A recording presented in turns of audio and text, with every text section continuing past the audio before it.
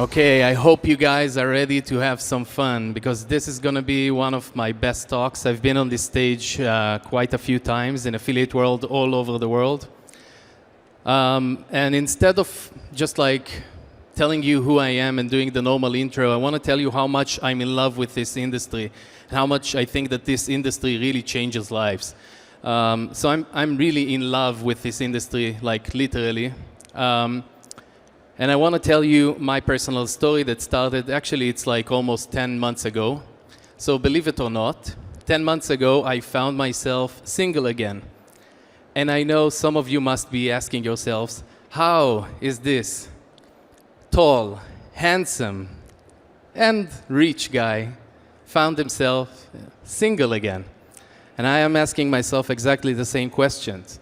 So I came up with a plan. I signed up like lots of other guys on all of those dating apps. So Bumble, Tinder, OkCupid. And I found out they're basically a scam. So some of you are asking, why didn't you sign up for Grindr as well? I did. So the market was super rough. Basically, what I found out is that we're playing the worst casino ever. So what I actually did is I started paying for these apps. And I even signed up for the lifetime membership. So just imagine how not only desperate you need to be, but also, you know, the whole purpose of you getting into those apps is getting out of those apps. So if you buy a lifetime membership, it's kind of like you don't even believe that you're going to leave those apps, right? So I really obsessed. And then I found out that basically we're playing the worst casino game in the world, because what happens is I really dug in. I don't know if you know, but some of these apps got filed with a lawsuit a few weeks ago. And basically what I found out that if you're on the top 10% of men in terms of how you look and how attractive you are in an ocean of women. If you're like anything other than some of the people that I know that look really nice, then you're basically swimming in a vacuum of women. So if you're like in that top 10%, just know that you're extremely lucky. So basically, it's a very bad casino game. So then I came up with a plan. I told myself, okay, I'm going to use my digital marketing knowledge and skills on creating a lead gen campaign for myself. So I went and created an advertorial. This is like a translation. This is what it looks like from the left to the right. I created a very clickbaity kind of like advertorial. And I used the second largest news website in Israel, where I live. I took on the equivalent of the SNL copywriter, and I did a professional photo shoot. So I'm going to share some stats with you. I got over 1,300 DMs organically before I even started running that campaign. I really started launching a native ad campaign and then a TikTok campaign. And let me share some stats with you. So I spent $2,000. I got almost 1.5 million impressions. I got something like 3,500 responses, so the cost per response is 0.58. I gotta be a super geek here, I'm sorry, you know, all I do is numbers. So I got 274 phone numbers. The cost per lead was $7. And I went on 50 dates, so the cost per date was around $40. The CPML, which is something that I came up with, is something that if you want to know, you got to ask me after. So my name is Maor Benaim. I'm 35 years old. Originally, I'm from Jerusalem. Now I live in Tel Aviv. I have a few agencies, a few brands of my own, and I'm an affiliate marketer, and I'm really obsessed with media buying. That's my passion, and I'm extremely excited to talk to you again and share this presentation. So we're going to cover a few things. We're going to talk about the scaling basics on TikTok, which has to do with mindset and stuff that doesn't have to do with mindset. How the TikTok audience is, how TikTok is changing. We're going to talk about the downside. We're going to talk about some fun stuff. And we're going to talk about how are you going to migrate, or what the changes that you need to make if you want to switch over from Facebook or Google into TikTok. We're going to talk about some 360 holistic approach backend stuff. And then we're going to move into some creative strategies and advanced tips that is my usual tactical stuff. So the first thing that I usually do when I start a consultation or I go into like an account audit, I talk to that person. Usually what happens is they are an affiliate and they want to get like one offer to 20, 30, 40 grand a day. I'm not saying that it's not possible, but it is extremely hard to do so. What I suggest is running more than one offer, more than one geo, more than one account, in more than one industry if possible. Again, first of all, diversification is the key here because you want to really split the chances of the advertiser or the network telling you that you need to pause, but also it's easier to maintain CPAs and CPLs throughout a longer period of time. The other part, to really getting on a high scale, and this isn't just like kumbaya spiritual shit, this is really why my company went into the 9 figures this year. It has to do with mindset. You have no idea. If you guys play poker, if you guys are into even playing multiplayer games on Xbox or PS5, you know that if you're in the right mindset, it changes how you play. It changes how you see things. And that's a big thing, and that's why I created my book. And I wrote it for 2.5 years. So this book has everything that I learned from therapy, from personal development. It's very cheap. You can buy it for $5. But what I want to tell you is that whatever I'm going to tell you today is stuff that you can do. There is nothing that you can do that I'm doing right now. Okay, so there is no big secret or something like that. Okay, because lots of people go on calls with me and they say, okay, tell me the secret. What do you do? So you really have to train your mind, because if you're going to focus on that, then basically you're never going to win. So let's talk about the TikTok audience. The TikTok audience is different than Facebook and YouTube audience in many ways. And I'm talking about Facebook and YouTube just because they're like really big ad platforms, but you know, it's just like different than anything else. So the main reason why I think the TikTok audience is different is because they got way less scammed on Facebook as the Facebook audience, and they have a big research and discovery loop. So when someone sees a product on TikTok, they're more likely to go and search for it. They want to make sure that they're not getting drop shipped. They want to make sure that they're getting the lowest price. They want to make sure that it's not on Amazon and stuff like that. So there's a big research and discovery done. The other thing that you're going to see, if you are the brand owner or if you have access to multi-channel campaigns, is that you're going to see a big uplift on Amazon, on Google search, and other platforms like Bing and stuff like that. So this is just like an example of one of the brands that I'm running traffic to. We did 59 million last year. And you can see what happened when we started actually launching and scaling TikTok. There was a direct correlation between the sales that we had on Amazon, and right now we allow ourselves to lose so much money on Facebook and other platforms because 60% of our sales come from Amazon just because of the spillover that we have. The other thing that I noticed, and I'm working with the guy that was here earlier, Jason Akatif, on some lead gen campaigns. And just like he said, you need to spend lots of money. It's a lower conversion rate and stuff like that. There is a higher lead quality on TikTok. So if you are the advertiser, or if you work with a network or an advertiser that knows and is able to recognize lead quality and can adjust the CPL that you're getting, that's amazing, and TikTok is for you because you're going to be able to pay a lot more. And I actually tested AOVs on 4 big products that we're spending a lot of money on, and you can see that the AOVs are at least 20, 25, 30% on average, just bigger on TikTok. So that's why I love it. By the way, when I tested different landing pages, advertorials and stuff like that, you can see how the TikTok audience is just different. It reacts differently to different landing pages. So let's talk about the way that it's also changing. So the fact that, you know, TikTok used to be a very young kind of like audience. So if you wanted to target an evergreen kind of like broad audience, it's great. But it also works for older demo. So this is just like an example of an older, really wide demo. Another thing that's coming up is the TikTok shops. TikTok really pushes, the algorithm, the platform is pushing towards TikTok shops. It's big, it's native, it's going to happen on Facebook as well. So make sure that you do that.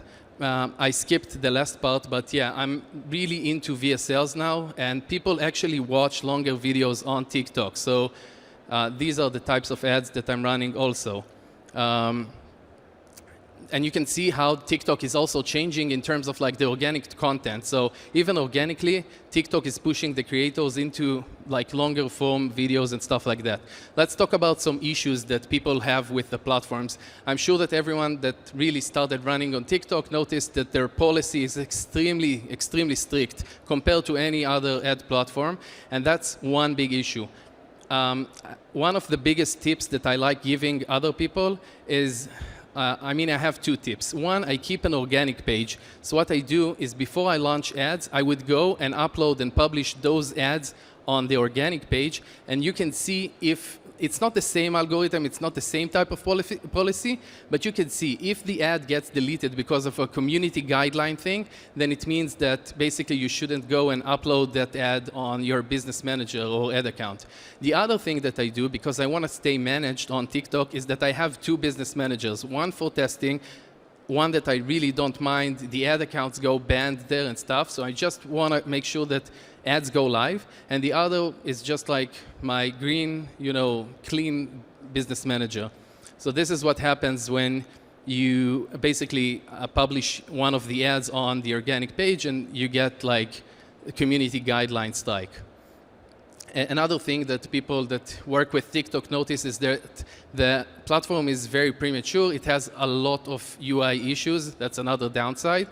And the other thing is that, the people really like talking about how TikTok likes to burn through creatives or the creative fatigue on TikTok. And it's my experience that usually what happens is that people start a campaign with a bunch of ads. They never give the platform a real big chance on exiting the learning mode. And on Facebook, you could get by with some campaign that's not really, learning enough or not getting enough information or conversions. But on TikTok, the platform is way less forgiving, and that's why people keep pumping creatives, because they're on a very low budget compared to the cost to consumer or AOV. So you want to make sure that you do that. We talked about creatives. The sunny side to it, it's unsaturated. So compared to Facebook, compared to other platforms, if you get a winning offer there, you're golden. The other part is that if you get enough accounts banned and you're kind of like in between the spectrum, between getting banned and between really doing something that's like black hat in terms of the ad platform, then basically you're golden. Like if you manage to get something in the gray zone, which is okay, but you're not really getting strikes or getting banned, then it's amazing. We talked about higher AOV and higher lead quality already. And again, if you have a wide product in terms of your audience, then you are in an ocean of traffic. Usually what people run there, and the more competitive space, is the larger, older demographic, the 45 plus. Another thing, compared to Facebook, compared to Google and YouTube and stuff like that, being managed there actually counts. So you get access to different products, you get access to lots of other stuff. Let's talk about back-end revenue. And when I talk about back-end revenue, the holistic 360 approach, people usually think I'm talking SMS, I'm talking emails, and that's great. But I feel like we can step it one step further, okay? And I'm going to give you just like the mindset and how I think and just like examples, and you can take it from there. But there are like two ways on back-end traffic that you can start generating. One way that I do it is sometimes I would run one campaign that has a specific niche. So for example, Republicans in the States or weight loss products or stuff like that. And I would use that campaign basically knowing it's going to lose money to generate a remarketing list for me. And I use that remarketing list to target another offer that I know that's converting more. And basically, I help the system target by creating my own stuff. So I know that one campaign is going to lose, but it's generating the list, and I use that list for the other campaign. The other idea that I have and using is I'm basically building assets on TikTok. So I have one page that is for e-com products, certain e-com products, and another one for lead gen in a specific space, let's say insurance.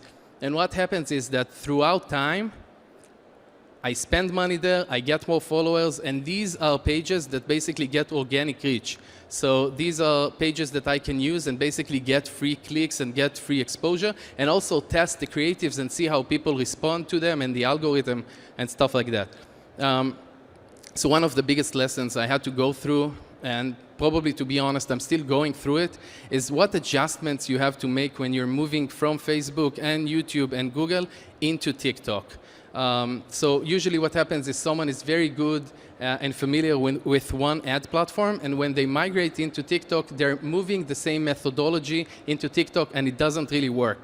So a few things that I had to adjust. One, I stopped running advertorials. Okay, so some of the campaigns, 50% of my campaigns run directly. And that's a part of being very native and open with the users over there, because you don't want to trick them. These are people that when they see advertorials, they feel like it's a scam. So 50% of my campaigns, when I A/B tested, had better results when I stopped running advertorials.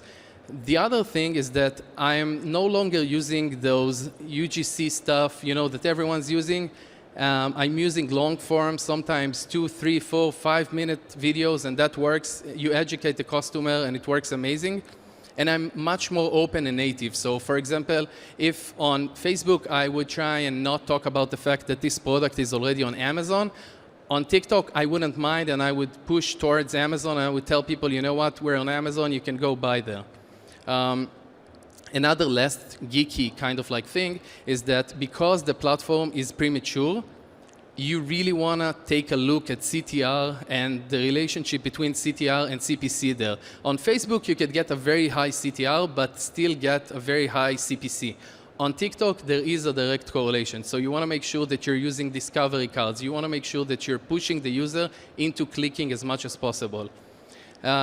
The other thing is that you can also take advantage of the lift that you created. We talked about opening up a Google search campaign, a Bing search campaign, and just an Amazon listing. So if you're an affiliate and you're running an offer to a certain level, you can ask the advertiser to create a white label for you, and then you can change the name as basically start getting, more traffic and basically more sales to your Amazon listing.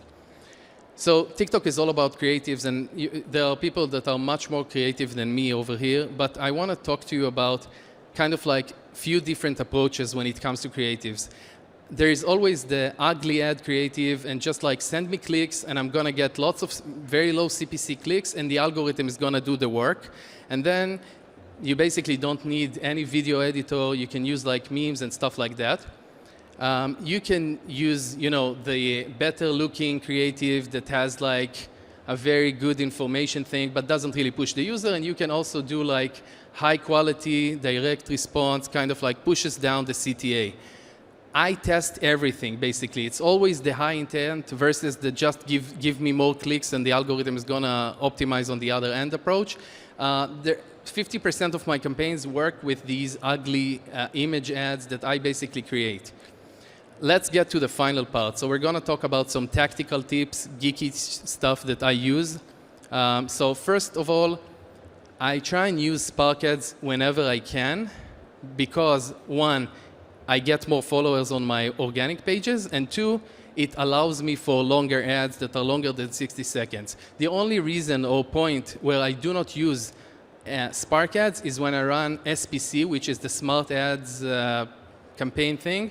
And I want to allow the system to combine different headlines with different videos. So I always test SPC and regular campaigns. I always test cost cap campaigns and the default option, which is the equivalent of higher volume on Facebook, all the time, basically.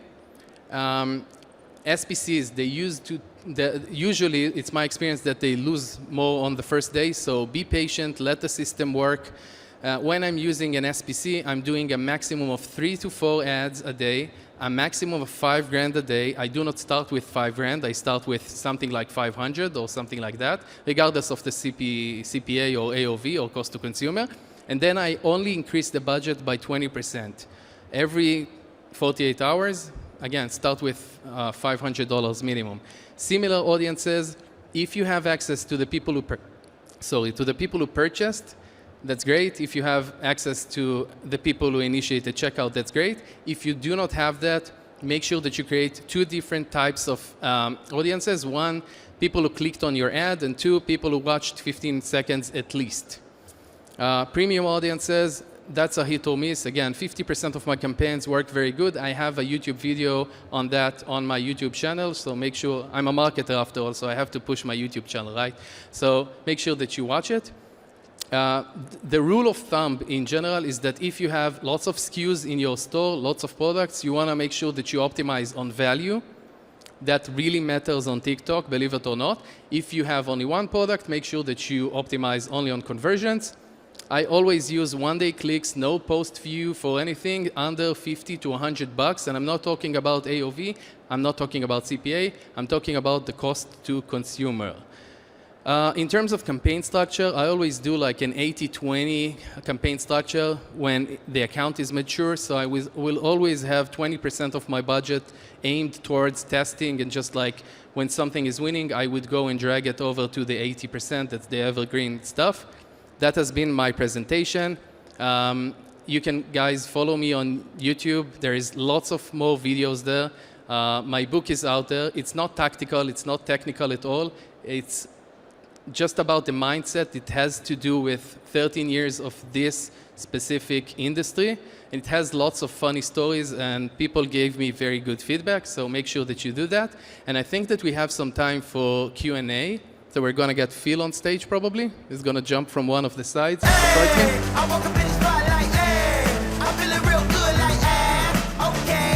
All right. Stay with me more, because I want to ask you some questions. Sure. And so does the audience, I assume. Okay, yeah. You know the drill, guys, right? Who knows Slido by now? The app that we're using? Okay, I'll introduce you to it again. Okay, so who has a phone in here? Like this here, okay?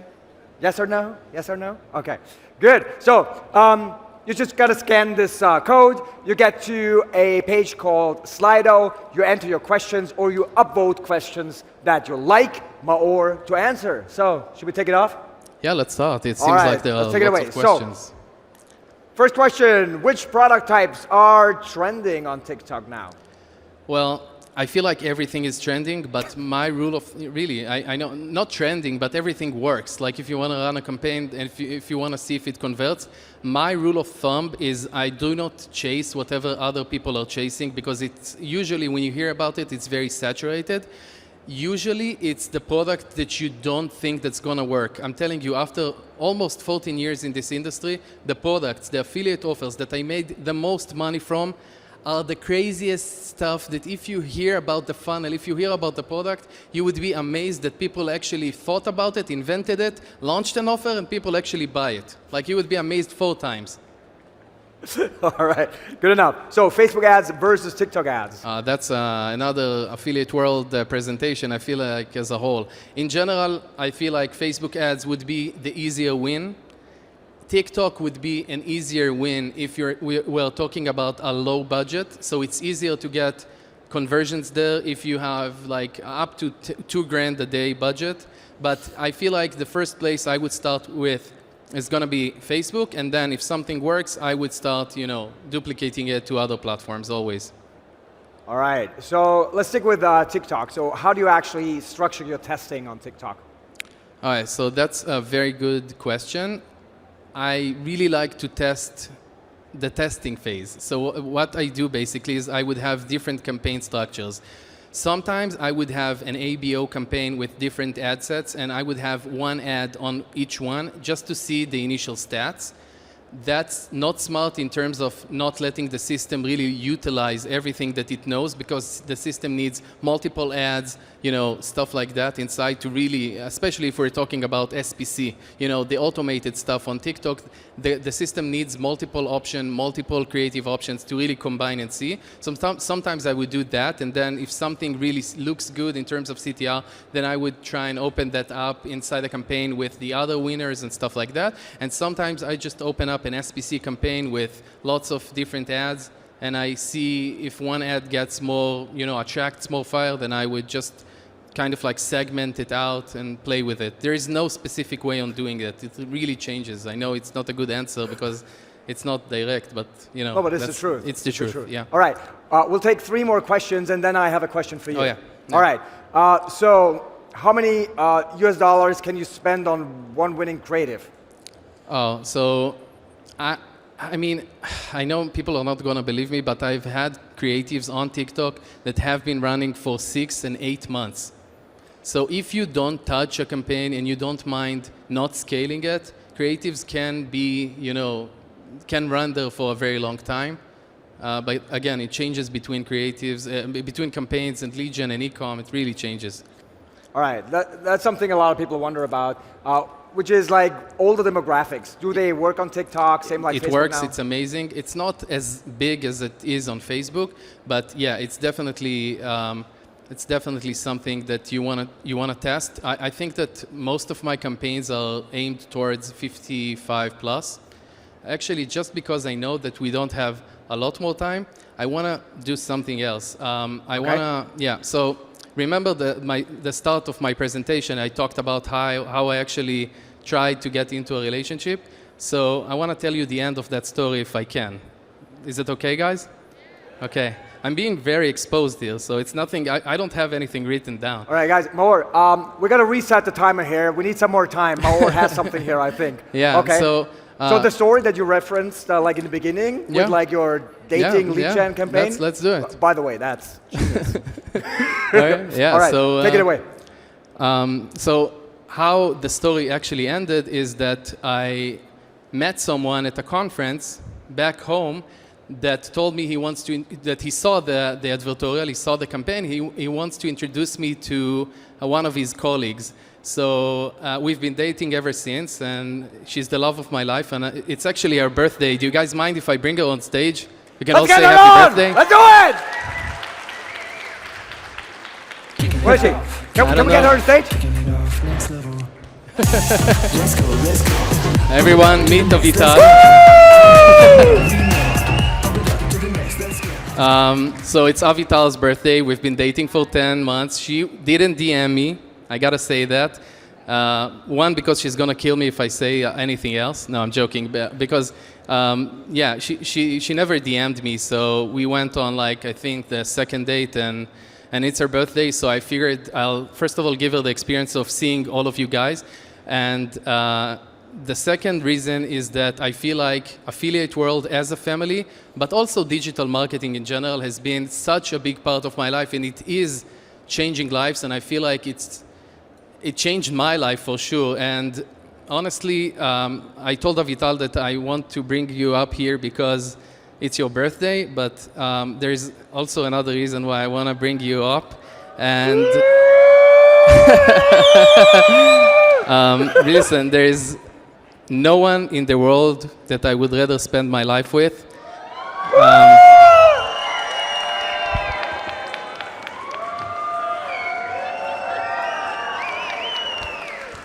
Will you marry me?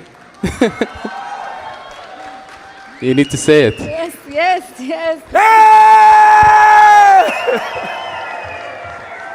It's a beautiful night. I'm looking for something dumb to do. Hey, baby, I think I want to marry you. Is it the look in your eyes, or is it... Now you know why I sounded so excited all of my talk. Thank you guys for being a part of this moment. I love you.